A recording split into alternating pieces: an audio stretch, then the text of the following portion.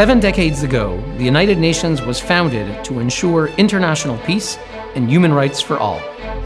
But over time, the world body became a safe haven for brutal regimes.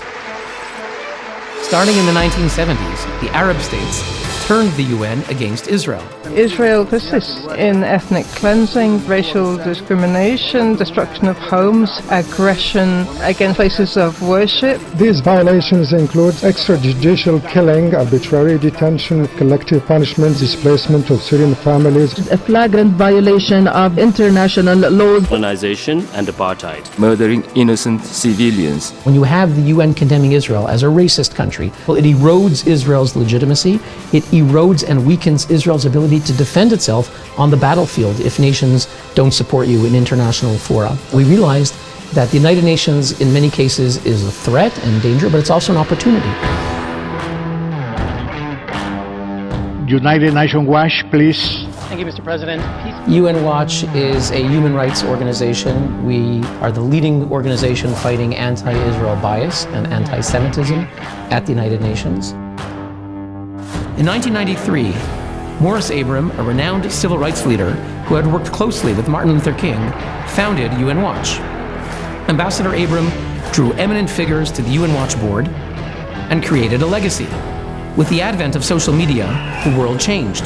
Now under the leadership of Ambassador Alfred Moses, a prominent attorney and diplomat, UN Watch's audience exploded, reaching millions worldwide.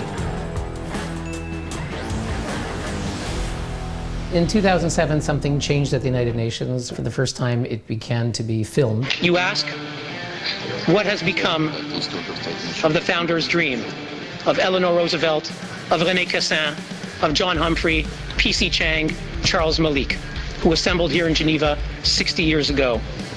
Mr. President, with terrible lies and moral inversion, this council is turning that dream into a nightmare. The chairman at the time, he really didn't like the speech, and he pointed his finger and he said, For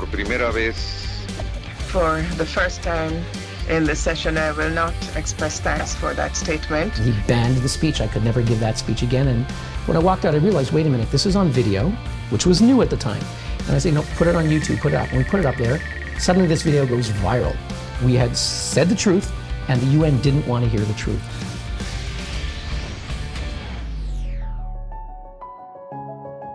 In 2001, the United Nations held its most important anti-racism conference. It was really a traumatic event for Jews worldwide. At a conference, a global conference for human rights against racism became a conference demonizing Israel and the Jewish people.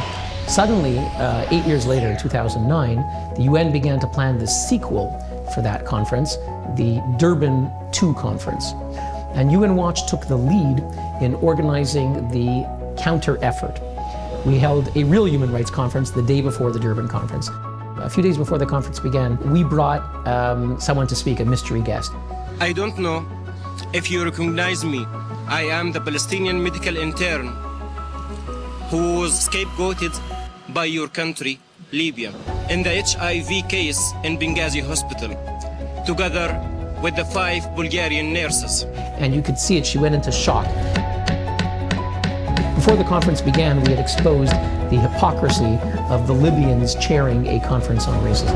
The fact that Durban IV was held in 2021 and 38 countries pulled out, that was terrific. So that's encouraging, and that gives us inspiration.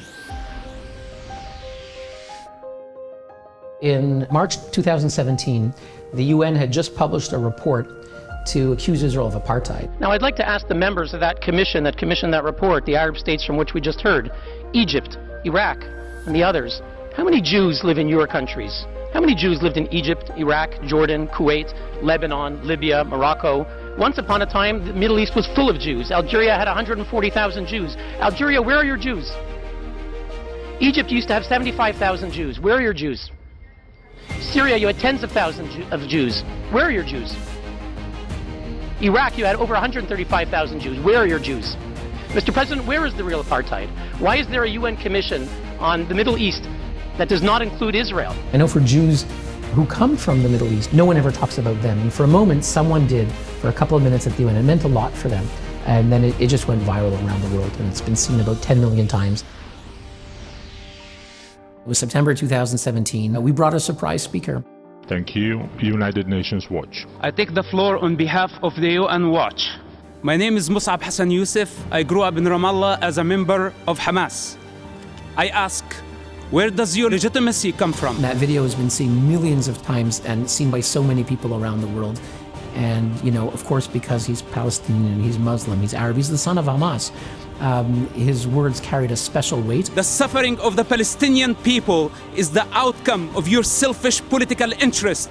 You are the greatest enemy of the Palestinian people. You use this platform to mislead the international community, to mislead the Palestinian society, to believe that Israel is responsible for the problem you create. UN Watch was able to give him that platform and to get the truth out to the world.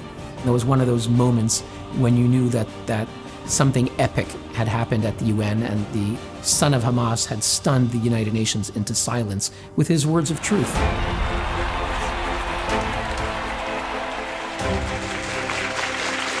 Our impact is global. We have millions of followers around the world. Our videos are seen worldwide.